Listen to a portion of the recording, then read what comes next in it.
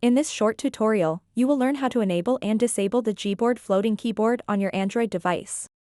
The floating keyboard is a handy feature that allows you to move the keyboard around your screen. This can make it easier to type when using large devices or when you want more screen space for other apps. First things first, ensure that Gboard is installed on your device. If you haven't done so yet, head over to the Google Play Store, search for Gboard, and install it. Once Gboard is set up, open any app where you can type. This could be messaging apps like WhatsApp or social media platforms like Twitter.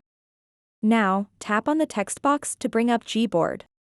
You should see the familiar keyboard layout appear at the bottom of your screen. At the top left corner of the keyboard, look for this button. Tap on that button, and then select Floating from the menu that appears.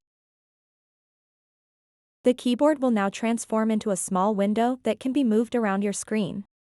You can easily move this floating keyboard anywhere you want by tapping on the line at the bottom. Simply drag it to your desired location for optimal comfort while typing. In addition to moving it, resizing is also an option. To do this, just drag from any corner of the floating window. This allows you to customize its size based on your preference or needs. When you're ready to return to a standard layout, disabling the floating keyboard is just as easy. While in floating mode, tap on that same button at the top left of Gboard again.